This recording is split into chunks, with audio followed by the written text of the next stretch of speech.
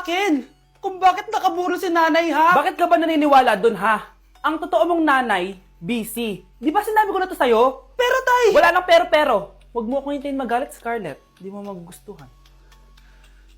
Hindi pwedeng hindi si nanay yung nakita ko sa cellphone. Alam na alam ko yung tsura ni nanay. Malalaman ko rin sikreto mo, tay.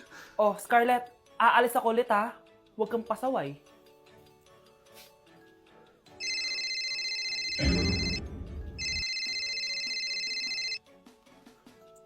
Nasa yung cellphone ko? Hello po. Pwede na po maklaim yung 10 million peso na galing sa insurance ng namatay niyo pong asawa.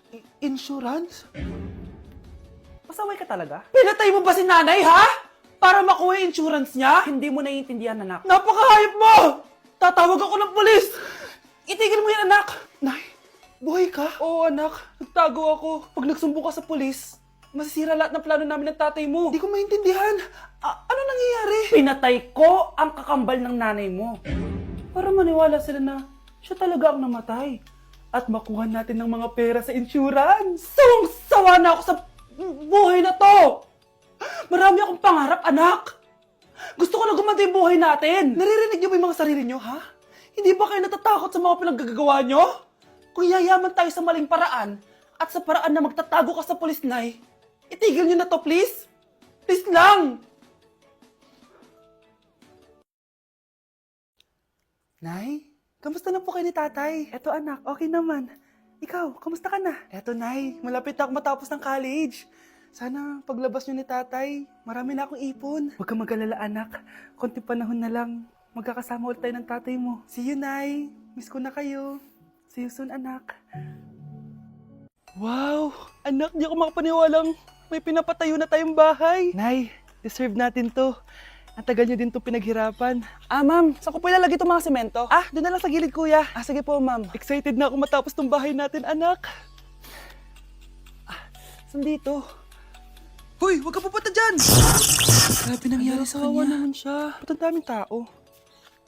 Engineer, anong meron? Ma'am, yung isa sa mga trabahador namin, nakuryente tapos natabunan ng semento. Ayun, namatay. Ha? Paano nangyari yun? May nag-utos ata sa kanya na ilagay yung semento sa gilid. Madami live wire dun eh. Nay. Ang problema, ma'am, kung tatanggalin pa namin yung katawan niya sa ilalim ng semento, baka hindi agad matapos tong bahay niyo. Hindi pwedeng hindi matapos agad tong bahay na to. Di bale, babayaran ko na lang yung pamilya nung namatay. Nay, sigurado ka ba? Sige po, ma'am. Sige na, ituloy niyo na yan. Congrats po, ma'am. Natapos din yung bahay niyo. Ang ganda, di ba? Wow, ang ganda. Maraming salamat, engineer. Una na po ako, ma'am. Anak, tara pasok na tayo. Wow, ang ganda ng loob. Nay, hindi talaga ako mapakali na may bangkay dito sa ilalim ng bahay natin. Huwag kang okay, anak. Kasalanan niya naman kung bakit siya namatay eh. Ay, matutulog na lang ako sa bago kong bahay. Wow, ang ganda ng kwarto ko. Ano yun? Kasalanan mo kung bakit ako namatay. Nay! Hi, classmates! Namiss niyo ba ako? Oh, anong meron? Mag-review ka na rin, be. May long quiz daw. Excuse me? Hindi ko kailangan mag-review. Stock knowledge lang. Wow, stock knowledge. Spell mo nga. Watch and learn. Okay, class! Ready na ba kayo sa long quiz? Sana madali lang. Bago tayo magsimula sa exam, isa lang ang rule ko. Bawal mangopya.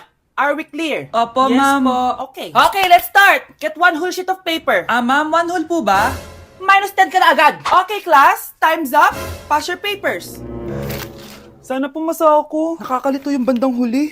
Ano kaya magiging score ko nito? Ikaw, Scarlett. Ako? Feel ko nga bagsak ako eh. Okay, class. Mag-a-announce na ako ng scores, okay? Hello, yun na. Cheska, 12/20. Munti ka na bumagsak. Miguel, 14/20. Pwede na.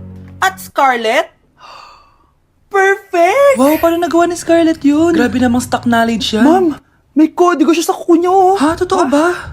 Scarlett, patingin ang kuko mo. Kaya pala perfect ka? Dapat bagsak na yan eh. Ang daya. Aba, bakit ako babagsak? Ang number 1 rule lang naman ni ma'am ay bawal mangopya. May sinabi pa siyang bawal maglagay ng sagot sa kuko? Meron ba? Ba't parang kasalanan ko? May point si Scarlett.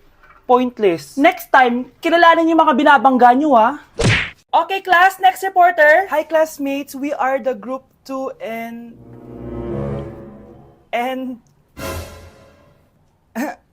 Scarlett, may nakakatawa ba? Our topic for today is... Our topic for Isa pang tawa is zero na kita. Wait lang, ma'am. Saan pupunta yun? Nakakatawa yun, no? Ano, magpapatawa ka pa? Nagre-report ako, di ba? Gusto mo bang maging kwento, be? Joke lang yun, eh. Ang saya ng ginagawa natin, di ba? Subukan mo na magpatawa ulit. Hindi mo magugustuhan yung gagawin ko sa'yo. Nay, mag-face-to-face class na daw kami bukas. Ay, buti naman, nabawasan yung mga tamad dito sa bahay. Kaso, Nay, buntis ako. Malapit na akong mga anak. Ha? Alam ba namin yan, anak? Buntis ka pala, di ko alam. Anong gagawin ko, Nay? Kaka-cellphone mo yan eh. O sige, kakusapin ko teacher mo. A few moments later. Ah, pasok po kayo. Ah, ma'am, makikiusap po sana kami. Nay, manahimik ka dyan. Ah, tungkol po saan? Ah, may tumor po kasi sa tiyan yung anak ko, ma'am. Hindi po siya makakapasok sa school. Ah, ganun ba? O sige, i-accept ko na lang siya. Salamat po, ma'am. Tara na, anak. Ang sakit ng tiyan ko. Ah, anong nangyayari? Ah, wala po to, ma'am. Nay, manganganak na ata ako. Ha? Ba't ngayon pa? Umiri ka. Ano ba naman yan? Sige, ire! Ayun na, malapit na! Akala ko ba tumor? Ayun na! Grabe na talaga yung mga bataan ngayon! Nagsisibuntisan na! Nay, si tatay may kausap na ibang babae. Ang sweet nila! Ha? Asan tatay mo? Nandun po siya, Nay. Oo, sige, kita tayo mamaya. Hoy, sino kausap mo? Kaibigan ko lang sa trabaho. Ganda na bracelet mo eto. Binigyan lang ng kaibigan ko. Okay. Hello, nandyan ka pa? Di pa rin kita mas mag-usap? Sandali na lang to, darling. Umamin ka sa akin, may kabit ka, no? Ako may kabit? Nagpapatawa ka ba? Siguraduhin mo lang. A few moments later. Uy, Mare! Uy, anong balita? Tignan mo yung bracelet na binigay sa akin ng boyfriend ko. Wow, ganda! Ganda, di ba? Sabi niya mahal daw to. Hello po, ma'am? Hinahanap po kasi namin yung nagnakaw ng bracelet. Ganito po yung itsura niya. Mare, sabihin mo wala ka nakita. Sige. Sir? Sila po yung nagnakaw. Mare, akala mo di ko alam na ikaw ang kabit ng asawa ko? Anong mangyayari dito, darling? Oh, eto na pala siya. Couple bracelet pa kayo, magpapaliwanag ako, darling. Sumama na kayo sa akin sa presinto. Sige na, huliin nyo na yan. Darling, magpapaliwanag ako. Darling! Walang hiya ka! Magbabayad ka! Anak, tulog na tayo. Oh, napapano ka? Sakit ng tiyan ko dahil ata ito sinuluto mo, Nay. Aba, ang sarap kaya ng niluto ko. Lasang panis kaya, Nay. Bastos ka. Sandali lang, kukuha ko ng gamot. Asan na ba yung mga gamot na yun? Oh, Nay, may nahanap mo. Nag-CR ka? Opo, Nay. Kanina pa ako nandito eh. Ha? Di ba nasa kwarto ka? Ha? Ano pinagsasabi mo, Nay? Wait lang. Sino yung nasa kwarto? Ako rin yun, Nay. Ha? Matagal na akong patay, Nay. Naalala mo pa na nilasan mo ako? Magbabayad ka. Nay, ngita ka, tinakot mo pa ako, Hindi mo ba alam na may kakambal ka? Oo nga pala, Nay. May kakambal pala ako. Para kang bobo. Nay, pwede ko pong papuntahin dito yung jowa ko? Anong jowa? Bawal magpapunta ng jowa dito, Nay, sige na. Aba, pag sinabi kong bawal, Payag ka na, Nay? Sige anak, papuntahin mo na. Dito mo na rin patulugin. Babe, dito ka na daw matulog. Alam mo na. Nay, pwede bang gumala? Ay, hindi pwede. Puro ka na lang gala. Manahimik ka ka dito sa bahay. Kasama ko naman yung anak na kumari mo eh. Wala akong pake. Bawal. Anong bawal, Nay? Sige, gumala ka na, anak. Ito ATM ko. Kuha ka ng pera dyan. Thank you, Nay. Bro, tara na. Piniyagan na ako. A few moments later. Nay, bagsak po ako sa school. Ha? Bagsak? Yan, puro ka kasi cellphone. Sorry po, Nay. Gagalingan ko po sa susunod. Simula ngayon, bawal na mag-cellphone, Bawal lang Nay?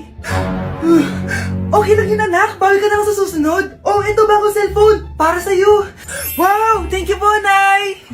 Huwag niyo sasaktan yung mga halaman ko. Magkamatay na tayo. balita ko, dyan nagtatrabaho yung dati kong asawa. Siguraduhin yung masisisante nyo yan. Dahil ayaw ko ng peste sa kumpanya ng asawa ko. Naintindihan? Susan, alam mo, feel ko talaga mapapromote na ako anytime. Kasi sabi ng manager namin, isa ako sa pinakamagaling sa amin. Ngayon pa lang, congrats na kita. Simula pa lang, alam ko naman na kaya mo. Alam mo, okay din pala na hiniwalay na ako ng asawa ko. At least ngayon, alam ko talaga kung anong habol niya sa akin. Yun ay pera. Madami pang ibang babae dyan, ano ka ba? Tsaka ang importante ngayon, nakafocus ka sa pagpapaganda ng buhay nyo. Oh, luto na to. Kain na tayo. Yes po, ma'am.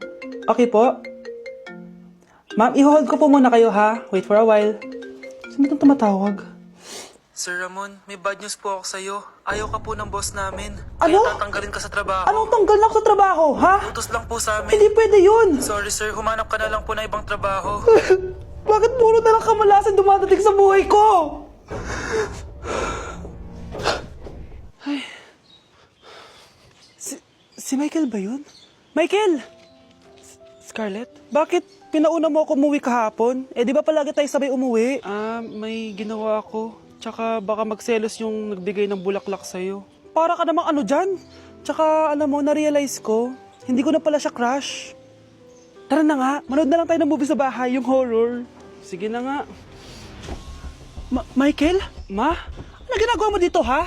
Get in the car, uuwi na tayo. Di ba sabi ko sa'yo, nababoard ako sa bahay, kaya umalis ako? Michael, siya yung nanay mo. Kilala mo nanay ko? At sino naman tong babaeng kasama mo, ha?